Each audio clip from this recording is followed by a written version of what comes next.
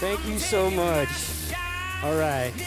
So he said he was going to turn those lights off over there, so I'm going to stay on this side of the stage because there are a couple of my slides that are a little bit darker than usual on this one. But oh my goodness, I need to get things started off by saying I don't care if I cry in front of 41,000 people because I've done it. It really doesn't bother me. I watched you yesterday talking about your wife. It was absolutely incredible. I was crying there, right there with you because I know how much I love my wife just the same. And what I'm saying right now is not part of my speech. I felt compelled. I raised my hand yesterday when Barbara asked if you didn't have compassion for the person who left their baby in the car. I raised my hand because I had experienced it.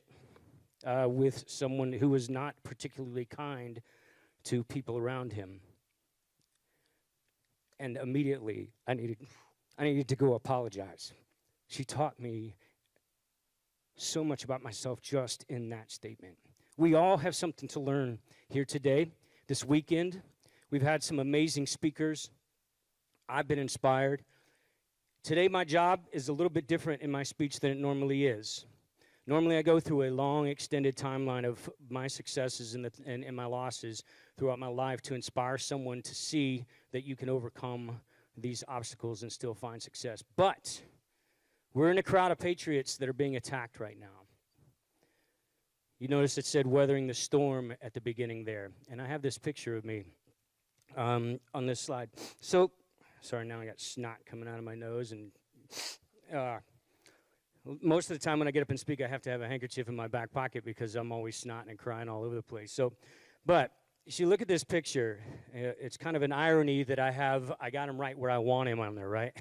I don't know if you could tell, but I'm on my back, tied up like a pretzel, my tongue hanging out of my mouth, and I say I've got him right where I want him. Well, do we have any former wrestlers in here? All right, so we got a couple, but... So just so you know, wrestling is an individual sport, but it's also a team sport. Matches are team sports. So there's a point system. A technical fall, which is a 15-point, essentially mercy rule, is worth 5 points. A pin is worth 6 points. Thank you very much, sir. I truly appreciate it. So if you look at this picture, I'm wrestling the number 3 guy in the state of Florida. In high school. Of course, I made the cover of my sports page at my home county. I was awesome. It's like, oh, I made the paper. I get to live with that forever. It's kind of cool. Anyway, that's Mostetler. His wife, once things started taking off in my country music career, his wife reached out to me on Facebook and said, just so you know, that picture is my husband on top of you. See, the thing is, he didn't pin me. Got a technical fall. We won the match as a team by 1 point that day. Now, that is a true story about how all of you sitting in this room may not think that your voice is important. You may not think that what you're doing in your lives and social media, whatever it may be, getting out there in the community, to your school board meetings, to your student councils, all those different things, and talking to the folks that are making a difference in your lives directly. But it matters because the collective of all of us in this room is so much more powerful than the individual. But if the individual is not involved, how can we build and climb up to that summit? How's it possible? So my question to you today, and this is the new message that I'm throwing out there for you, is, are you a warrior? Do we have previous law enforcement, first responders, military? Can you raise your hand? Military, law enforcement, first responder families, raise your hand. So over half the crowd either is a family member or former law enforcement, first responder, military. We have some warriors in the crowd. Yeah, but then you have folks that weren't, and that's okay. You have patriots out there. My question to you is this, or a few questions for you. One, are you willing to fight for what matters most to you? Are you willing to fight for it? Our warriors were. Are you willing to use your voice? Because we're being attacked right now. We know it. I never thought in my life that patriotism would become a political conversation. I never thought that patriotism and loving my country would be called fascism by a bunch of ignorant people. Who would ever think that loving your country would be called fascism? Well, it's called fascism by the people that want to silence you. Are you willing to use your voice? And last but certainly not least in that, are you willing to encourage others to do the same thing? Because there are a lot of folks out there, and we've gotten to see it a lot lately, conservatives going against each other, because there are a lot of topics out there that are hot-button topics, and we agree and disagree on things because of politics, but we all agree on one thing, and that's we love this country. This country is the greatest country the world has ever seen. Are you willing to encourage others? Jill and I were talking about this just the other day, a couple days ago. When first, and she said, and rightly so, she said, I'm not really proud of this country right now. And I asked her, are you this country, or is the crap we're being fed this country? She's this country. You're this country. So are you not proud of yourself? Are you not proud of the effort that you could potentially be making to be proud of this country? I personally will never lose my pride for this country. And she told me the other day, because I didn't even realize it, she said, you changed my perspective on things. Well, my hopes are that when you're looking around, you're seeing Biden doing face plants on stages and upstairs and off of bikes and that kind of stuff, and you know he's an absolute embarrassment, that you don't think that he is you or that he represents this country the way it should be. I hope you see that. So we're going to talk about some real warriors today. We're going to talk about some warriors. But I want you to get to know me first. Give you a little bit about my background. I come from a cornucopia of kids and family members. This is my family. You notice me, a little skinny kid right there in the front. I love to run around without my shirt on all the time. I used to have a follow-up picture, or have a follow-up picture on my lawn when it's actually my brother and I standing together when I was a military intelligence analyst at the beginning of my military career, and he was an airborne ranger, and he's stacked, and I'm not. And I say, you want to notice the difference between an airborne ranger and a military intelligence guy? That's the picture right there. But I'm going to give you a little intro to my family. That's my sister Shannon. Her husband is a sheriff's deputy down in Florida, Pinellas County. This is my brother Aaron. Back in the back's my older brother Steve. In the front, that's Ashley. I'm going to talk a little bit about her later. Remember her. In the very far back is my dad. Real quick caveat. Oof, I knew I was going to do this, but I wanted to say something. So when I spoke at the Great American Summit last time, I talked about my dad actually in that summit, and he died just a couple days after that. Actually, I found out I had COVID, and then had to quarantine myself, and then the next day my dad died. So I was in a room by myself for 5 days after my dad died, but he was a Marine. So we have two brothers, the two Aaron and Steve I told you about. They're military, Army, aviators. Ashley married an aviator. Shannon obviously has law enforcement background. And then my grandfather, World War II belly gunner. So we have a family of service. Let's fast forward to 1993. This is Somalia. Everybody's heard of the movie Black Hawk Down. My brother was a ranger in the actual event. He was the only non-commissioned officer to get shot in the whole thing. Pretty incredible when it was a battle that changed the way we fight as a military. But he didn't get shot in that whole thing. Let me tell you something. You want to know why I was pissed when they were taking a knee during the national anthem? You know why I get upset when someone disparages that red, white, and blue that I love so much? He's in combat. The flag was wrapped around the flagpole, and it meant that much to him to unfurl it in combat. That's why it means so much to me. So this is my brothers Aaron and Steve. This is my flight school graduation, one of the very few pictures I have of me with hair. So Aaron and I went to flight school together. I was actually a recruiter, got selected for Warrant Officer Candidate School. And he called me at a recruiting station, 8 o'clock at night on a Sunday. My job sucked. I was in a horrible marriage. Everything was kind of just, I was not in a good place. And he's like, hey, they changed the vision standards for flight school. You got to think about putting your packet in. So I did, got selected. And then I went to candidate school 2 months after that. We were at flight school together, and Aaron and Steve graduated 4th in their class. Now, I had Aaron's mentorship. I had him there to give me advice on what to do. My actually going to put my hat back just a little bit. I ended up graduating top of my class as a distinguished honor graduate for flight school, but I had him there with me and Steve there with me to pin my wings. This is the only picture we ever had of all three of us in uniform together. Now, I don't know about you, but I think there's a reckoning coming. Mama bears and papa bears out there, this whole targeting of our children right now, I think that's going to be that is the line in the sand. I really do. The thing is, I went up and spoke in Washington State for a group called Patriots United, and they're really engaging in their communities and getting their parents out to the school board meetings and getting this crap out of our education system that does not need to be pushed to children. Now, we've had extensive emotional conversations this weekend about the trans community and having compassion for folks, agree or disagree. The bottom line is this: I don't care who you are. If you think sexually targeting a child is acceptable, you need to be hung up by your jumblies. And here you have a warrior, a combat veteran, and one of the worst battles that we had seen in for the United States military since Vietnam. Do you think that he was willing to do anything for his daughter?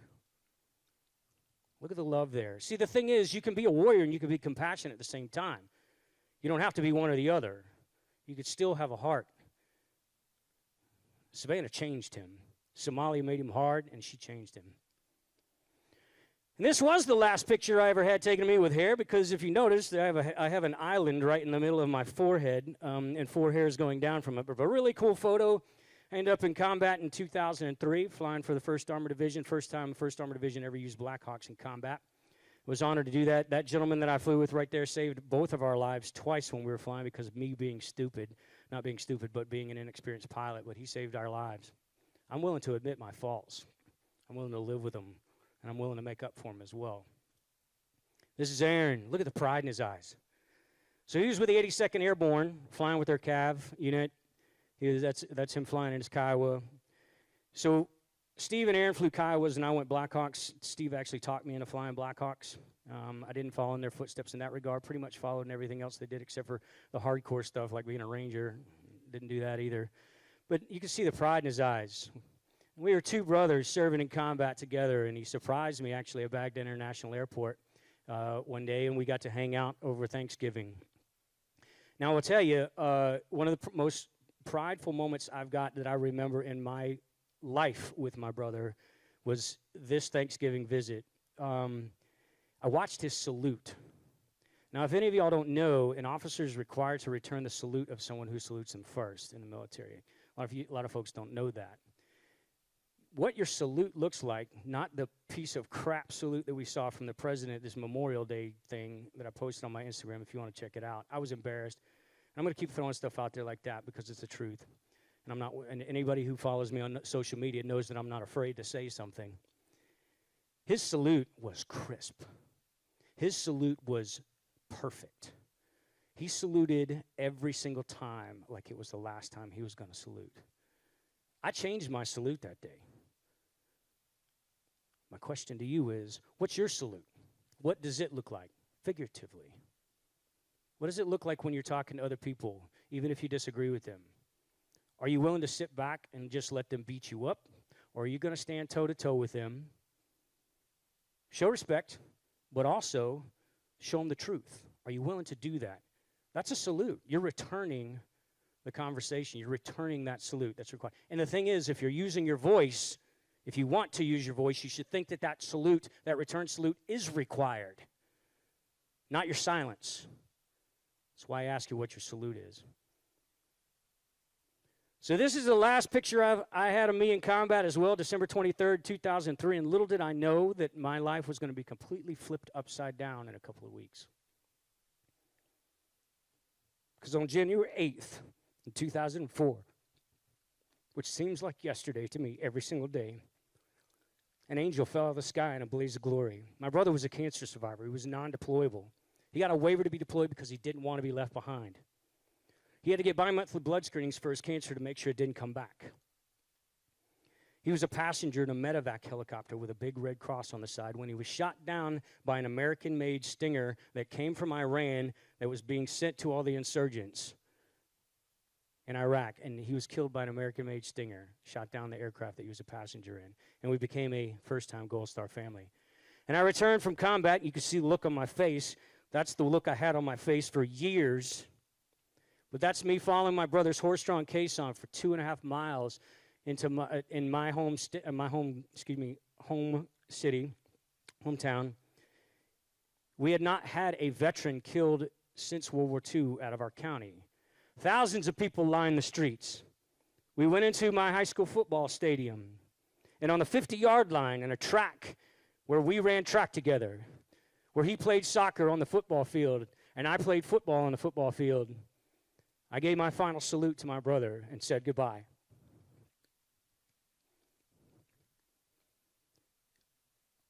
This is going to be a really harsh statement to say, but it's the absolute truth, and it's the way that I feel. If there is anyone in these great United States of ours that think that this isn't the greatest country we've ever seen, they deserve to go through a funeral from somebody that they love that comes home under a flag like that, to experience what it means to have the freedom to not like this country.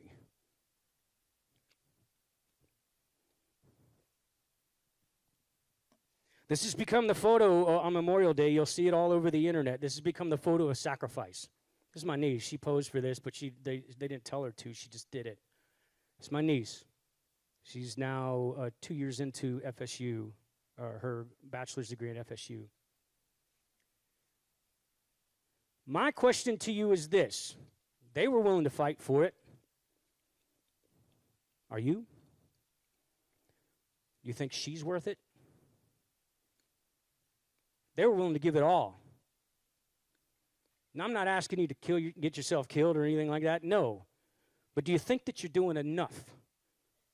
Do you think that you're out there doing what should be done to preserve the freedoms that we enjoy in this great country of ours? Because they were willing to. Let's talk about another hero. This is my brother-in-law, Randy Billings. Now, you remember Ashley, right? I showed you a picture of Ashley. That's Ashley giving Randy a hug. He's heading off to Afghanistan. Beautiful photo of the two of them. Randy was one of my students as a warrant officer candidate school instructor, and he ended up going to combat. Great picture of him in combat, American superhero. And then there he came home under a flag. We became a 2-time Gold Star family with that funeral. Now, lightning struck us twice. 8 stones over, 1 row back. Randy's stone is in the same cemetery. I can't go to that cemetery without losing it. Every time I've been doing this speech for 2 years now, and I still get upset about it. It is what it is. Once again, I ask you the question. They were willing to give it all. What does your freedom mean to you? I believe 1,000%, and I will never question it because I'm the perfect example of it. The American dream is real, and are you willing to save it? So let me show you some of the things that I took those losses, put them in my back pocket, put them next to my heart, and I used them as fuel to my fire to want to be successful. So my boots were in the sand in 2003 in Iraq. And this is 2014, and my boots are on the Ryman stage, the mother church of country music, opening for Charlie Daniels. I look at those spotlights. Thank you. I look at those spotlights, and I think those are like my brothers, and my brothers looking down on me. This is my first ever sold-out arena that I performed to. Played between Ted Nugent and Michael W. Smith, believe it or not. Ted Nugent gets done with Cat Scratch Fever. And I really would love to tell you this story, how that all went down. If you want to talk about it, I'll tell you how it went down. And then I got up there and I sang a ballad right after Cat Scratch Fever. Real quick, though, we had Sean Hannity was emceeing the event with Stormy Warren from SiriusXM. Stormy Warren was supposed to introduce Sean Hannity. Sean Hannity was supposed to introduce me. I was the only veteran on the bill that day. There were 27 artists that played. I mean, it's crazy, and I was right in the primetime slot, sold-out arena. They told me I had 4 minutes to do my song and tell my story. 4 minutes. My song is 3 minutes and 10 seconds long. So I got 50 seconds, I got to tell the story about my brothers. I mean, it's almost impossible. But Ted Nugent's people all pulled their guitars out and turned off all the amps on stage that the backing band that's up there, 6-wire, was supposed to be. So they had to turn everything back on. Some of them were tube amps and need to warm up. So they're like, Ryan, take some more time. I'm like, all right. So I got up on stage, and the very first thing that I said was, I would like to thank Ted Nugent and Charlie Daniels for opening up for me tonight. Anyway, that was an amazing thing. So, one of the most amazing things that I got to do, the late, great Charlie Daniels introduced me onto the Grand Ole Opry, onto the stage of the Grand Ole Opry. On September 11th, and I got to tell my brother's story and sing What You Think of Me, a song that we're going to be releasing on the 20th anniversary of Aaron's death next year. There's a picture, singing to Aaron. There's Trey, by the way, all of you who know Trey, he's over there on the right-hand side.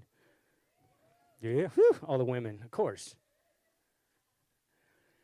So 2016, Burn comes out.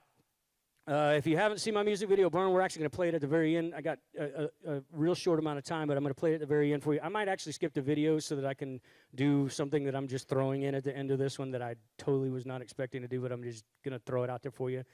Barb was willing to throw herself out there, and I'm going to do something that I'm completely nervous about, but I'll explain it later. Burn comes out, and I get to hang out with the Benghazi guys. Got to know John Tigan. If you haven't seen the movie 13 Hours Secret Soldiers of Benghazi, I would highly suggest you watch it. The real story of what happened on the ground, and here's the thing, it came out when the elections were going on, and they thought that it was going to be a Hillary-bashing movie because really she was one of the reasons why it all happened. But it wasn't. It was like Black Hawk Down. It talked about what happened on the ground there, so I highly encourage you to watch it. It will break your heart. It will absolutely break your heart. That's Chris Peranto on the right-hand side, Tonto. If you have seen the movie, he's the one that does the Jumbo, and they're both in my music video, Burn. So 2016, Steven Tyler from Aerosmith was the headliner at the World Finals in Las Vegas at T-Mobile Arena for the PBR, Professional Bull Riders. In 2017, some dude that no one ever heard of with no song on the radio, no record deal, was the headliner for at T-Mobile Arena, my second sold-out arena that I ever performed to. That was me. First show in 2018 was actually on the last day, the anniversary of the last day I saw my brother alive in Iraq. Madison Square Garden. Got to perform there. And we did 28 arenas across the nation, to include AT&T Stadium right here in Arlington. 41,000 plus. You guys want to see a little bit of that? Oh, where's the volume?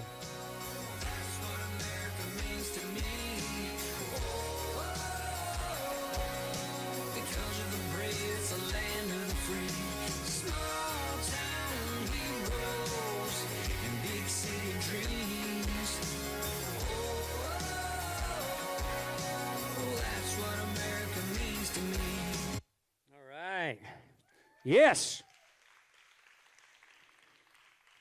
Now, let me tell you something. I was doing radio interviews when I first got started in country music, which I actually started. So let me take a step back here real quick. In flight school is when I actually started singing at karaoke competitions because I went through a divorce in the middle of flight school. I told you it was in a horrible marriage. It's one of those things in life that it happens, whatever. I was in a horrible marriage, got divorced in the middle of flight school.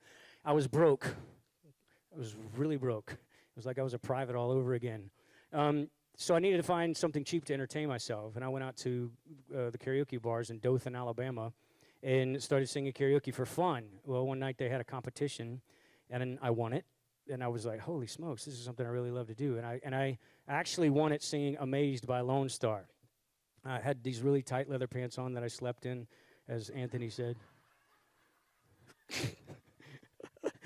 Anyway, so I won that, and that is how I got my career started in country music, singing that. Aaron had not died yet, but when he did die, I decided to start pursuing my dreams and going after it because I loved doing it, and I realized people thought I was good at it. I was winning these competitions, and I was using those competitions to help pay the bills. Even if I want a big screen television, I'd take it to the pawn shop, hock it off to pay my bills. So that's how I got it all started. Now, it's time to light it up. I got enough time. I'm going to actually, I will, hey, I want to play this video for you. So it's time to light it up. This is a motivator for all of you. How many of y'all have not seen my music video Burn? Raise your hand. Good. This is going to be awesome.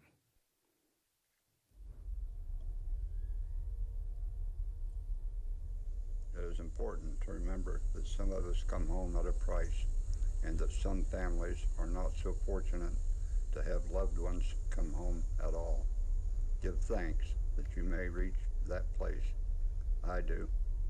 CW2 Aaron A. Weaver, KIA 8 January 2004, Iraq. 13 Hotel, inbound. Light it up! Oh, yeah.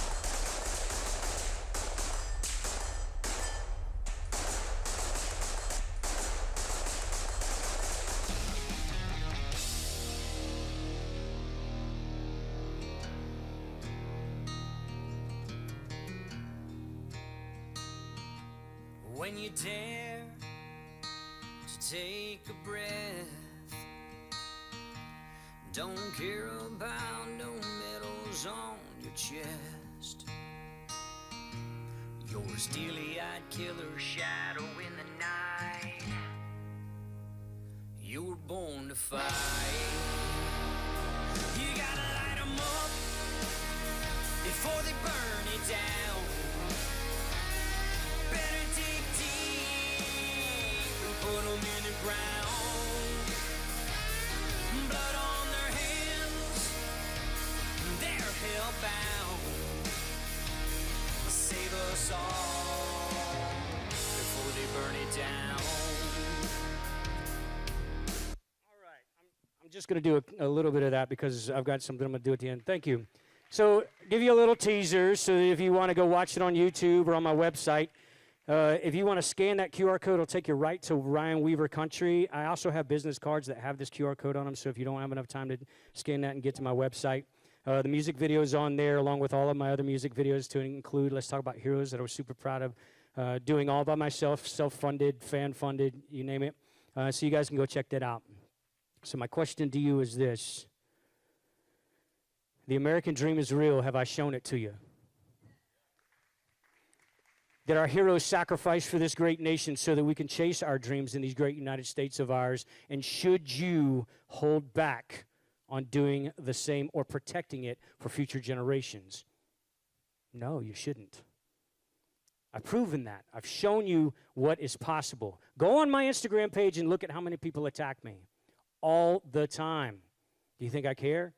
I actually love going on Anthony's page and battling back and forth with the folks on his page too. It's kind of fun. We can like tag team them because you realize that they're not really that intelligent, so it's kind of fun. Anyway, what remains if you dare not dream? Now, I have a question for you guys.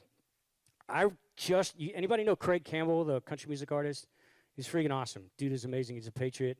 I just wrote a song with him a couple weeks ago, and I've never done this before, but I felt that it was a cool time. This would be a great opportunity to do it. Just like Barb had been spoken so many times, she never just went off the cuff. I was really inspired by that.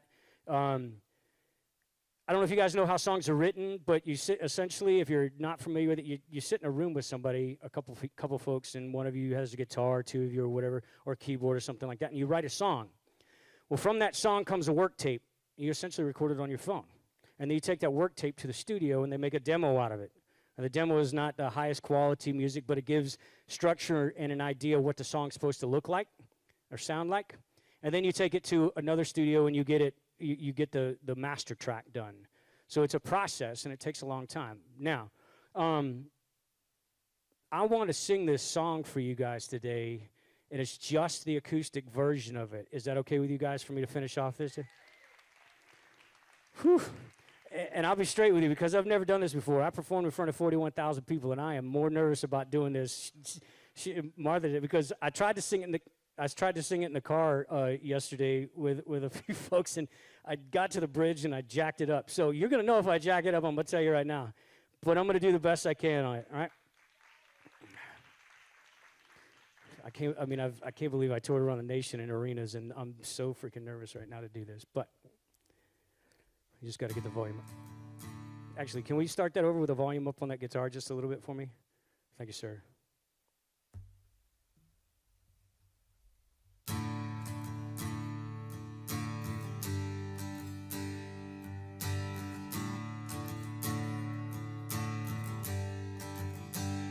I wanna go back, my hand on my heart, standing at the start of class, to monkey bars on a playground with my dad. Yeah, I sure miss that. I wanna go back, to run to the music coming from an ice cream truck, to first in line for bomb pops and we're in luck. They're just two for a buck. Back to the good old days, back when liberty was safe, back when everybody stood together and we believed it would last forever. Back to shaking hands, back to remembering the past, back when red, white, and blue would never put last. I wanna go back to Johnny Cash singing about that ragged old flag, to riding around in a truck with us in the back. Yeah, I miss days like that.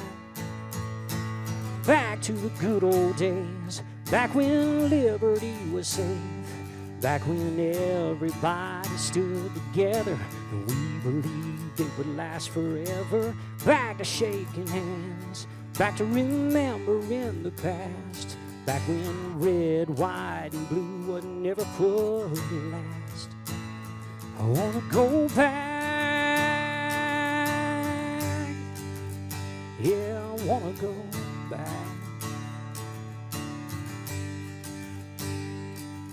With everything I've learned, one thing I know,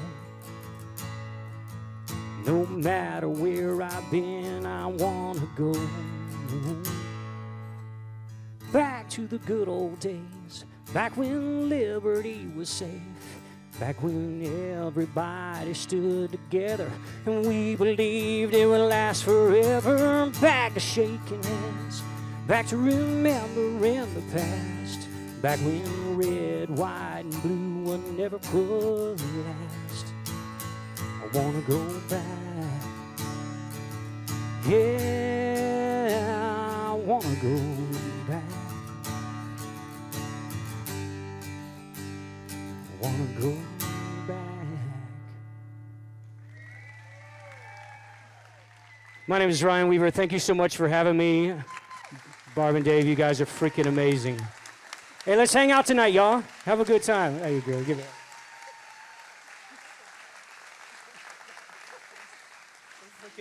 Ryan freaking Weaver. Yeah, hey, wait, Ryan, 1 minute. Let's give a big shout out to his buddy and our friend Trey, who couldn't make it today. Right? Say, we miss you, Trey. We miss you, Trey. And hey, just so y'all know, a lot of the songs that I've written in the past, Burn, if you guys have listened to a lot of my stuff, Craig, who was playing acoustic guitar in Burn, they found him dead in a hotel room a couple of months ago. At 42 years old, he was triple vaccinated and had a heart attack. He died suddenly. I can't fault anybody for making the decisions that they made, and I'm not going to. He was an amazing, incredible, creative person, and it's unfortunate that this world doesn't have him anymore.